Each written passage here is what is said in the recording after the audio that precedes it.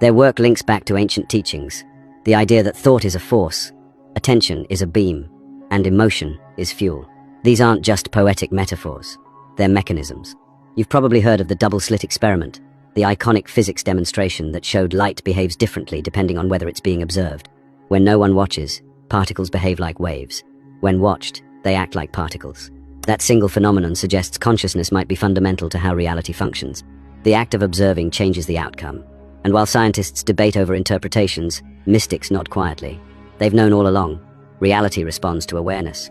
The deeper you go, the clearer it becomes. This isn't just about woo-woo. It's about waking up to the fact that your internal state, your thoughts, your focus, your emotional charge, ripples outward. It alters what you notice, what shows up, what shifts. Magic, then, is not some arcane exception to natural law. It's a function of it. The laws just operate at a level most people aren't trained to see. And maybe that's the point. Maybe you were never supposed to know. Maybe the system functions best when you think your thoughts are private, your feelings are irrelevant, and your desires don't shape anything. But that illusion is crumbling. Slowly, quietly, piece by piece. Magic isn't about believing in impossible things. It's about recognizing that what we call impossible is usually just inconvenient for the narrative in power. And if you can feel that truth pressing against the edges of your old beliefs, good. That pressure means the old framework is cracking. And behind it, something far more expansive. Something they've spent decades trying to make you forget. Because once you understand that reality listens, you start to speak with intention. Here's the truth that slips through science's fingers and magic's myths. You're not stuck in one version of reality. Every choice, every thought, every belief you hold shifts you into a slightly different timeline.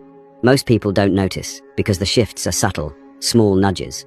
A conversation that goes differently, a sudden opportunity that randomly appears. But those who practice magic with intention know, reality bends. Not because you force it, but because you align with it. This is where multiverse theory crashes head-on into mysticism, and instead of contradiction, you get confirmation. According to the many worlds interpretation of quantum mechanics, every possible outcome of every moment exists simultaneously in parallel realities. That's not science fiction. That's theoretical physics. You didn't just choose toast over cereal this morning. You stepped into the version of reality where that choice defines everything else that follows. Multiply that by a lifetime of decisions, both conscious and unconscious, and you begin to see how vast the web truly is. Magic, then, is not about conjuring things from thin air. It's about navigating that web. It's about focusing your will so precisely, so intensely, that you shift yourself into a parallel version of your life where the thing you want already exists. Not someday, not eventually, already.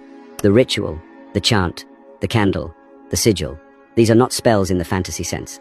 They are alignment tools. They're how you tune your mind, body, and spirit to the frequency of a specific timeline.